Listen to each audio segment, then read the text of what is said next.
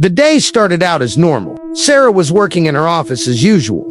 Emails, files, and the usual activities were running on the computer screen.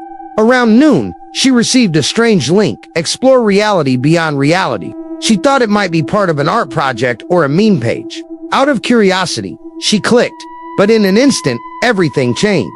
In a blink of an eye, Sarah found herself in a place with pale yellow walls everywhere. Damp stains on the walls, disgusting fluorescent bulbs hanging from the ceiling, and a strange rotten smell on the carpet.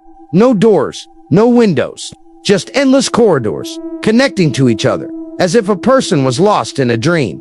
"Hello? Is anyone here?" The voice tried to pierce the silence, but only the flickering of the light bulb answered. Sarah took a few steps forward. Every turn led to the same room. Blank walls, a yellowish hue, and the same stench. The sense of time was disappearing. The sad sound of the carpet echoed under her shoes. She tried to understand whether this was a dream or part of a VR experience, but soon fear overcame logic. "Is this where?" she muttered to herself. Then suddenly, from somewhere in the distance, the soft sound of footsteps was heard, as if someone was running barefoot. Sarah stopped and listened. The sound sometimes came closer, sometimes farther away. She ran in a panic in the other direction. After the turn, a new hall opened up, but it was even emptier and colder than before. On one corner of the wall were old handprints, long, thin, human-like, but at odd angles. She gasped, "What is happening to me?" Then she heard a soft whisper, as if someone was speaking close to her ear, but there was no one. "You shouldn't be here." Sarah's breath caught. "Who is it? Come forward." No answer, just a flicker of light. She took her phone out of her pocket. No signal, no Wi-Fi. Only a number appeared on the screen. Level 0. Her hands began to tremble. Is this a game? Or did the phone suddenly turn off? Time was passing. Or maybe time had stopped. Sarah began to feel thirsty, hungry, but there was no water or food. She heard the sound of something crawling behind the wall, as if some very large and soft body was moving there. She looked back. The light was flickering slightly.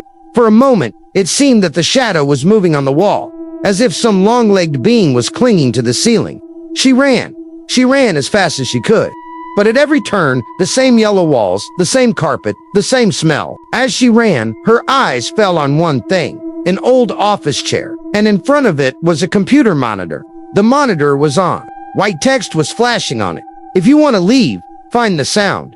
Sarah turned her head. From somewhere in the distance, a faint humming sound was coming, as if an old air conditioner or machine was constantly running. She walked in the direction of the sound. On the way, she saw a door. It was not closed, just half open. She peered inside and saw the same yellow light, but in the middle was an old telephone. The phone rang. Sarah picked it up immediately. "Hello, who?" A strange, deep voice said.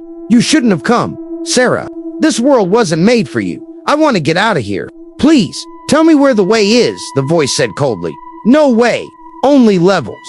The phone hung up. She put the phone down, but then turned around and saw the door was gone.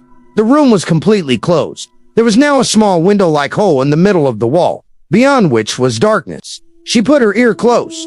The sound of someone breathing came from inside. "Who is it?" A muffled laugh rang out in response. Long, deep, not human-like. Sarah screamed and backed away, but now the wall seemed to be breathing. Moisture was spreading over her, as if someone was pressing down from within. Then suddenly the wall cracked and a black hand appeared from it.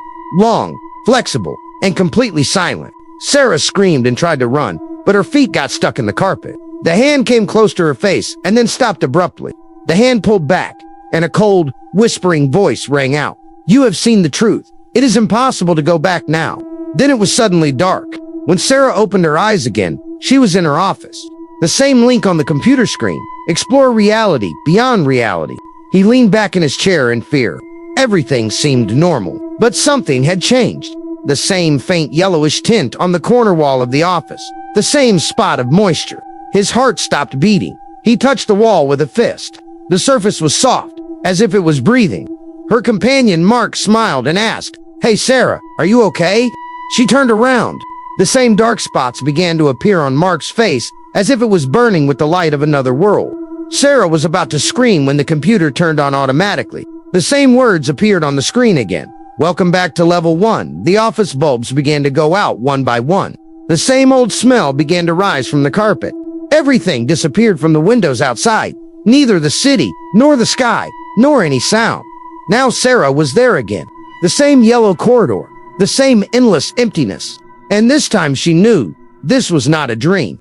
From somewhere in the distance, the same laughter was heard again. You never left.